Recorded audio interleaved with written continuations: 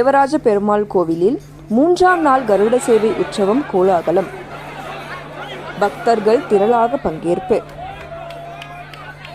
உலக புகழ்பெற்ற காஞ்சிபுரம் தேவராஜ பெருமாள் கோவில் வைகாசி பிரம்மோற்சவத்தின் 3ஆம் நாள் நிகழ்வாக நடைபெற்ற கருட சேவை உற்சவம் இன்று வெகு விமர்சையாக நடைபெற்றது. இதில் ஆயிரக்கணக்கான பக்தர்கள் கலந்து கொண்டு பெருமாளை தரிசனம் செய்து வழிபட்டனர்.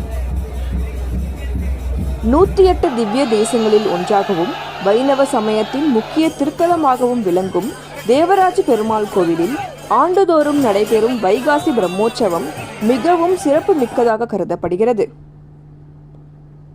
அந்த வகையில் பிரம்மோற்சவத்தின் 3ஆம் நாளான இன்று அதிகாலை சிறப்பு திருமஞ்சனம், வேத பாராயணம் மற்றும் விசேஷ பூஜைகள் நடைபெற்றன. இதனைத் தொடர்ந்து ஸ்ரீதேவி பூதேவியுடன் வரதராஜ பெருமாள் தங்க ஆபரணங்கள் மற்றும் மலர் அலங்காரத்தில் கருட வாகனத்தில் எழுந்தருளினார். பக்தர்களால் கோவிந்தா கோவிந்தா என்ற பக்தி முழக்கங்கள் விண்ணை முட்டிய நிலையில் கருடாழ்வார் மீது அமர்ந்தபடி வரதராஜ பெருமாள் 4 ராஜ வீதிகளிலும் வீதியுலா வந்து அருள்பாலித்தார்.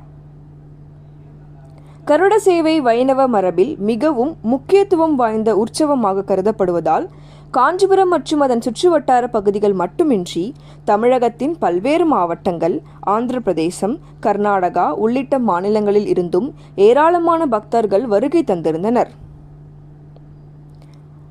பெருமாளை கருட வாகனத்தில் தரிசித்தால் அனைத்து தோஷங்களும் நீங்கி குடும்ப நலன் மற்றும் ஐஸ்வர்யம் பெருகும் என்பது பக்தர்களின் நம்பிக்கையாகும். பக்தர்கள் கூட்டம் அதிகமாக இருந்ததை முன்னிட்டு காவல்துறையினர் பாதுகாப்பு ஏற்பாடுகளை பலப்படுத்தியிருந்தனர். போக்குவரத்து நெரிசலை கட்டுப்படுத்தும் வகையில் சிறப்பு ஏற்பாடுகளும் செய்யப்பட்டிருந்தன.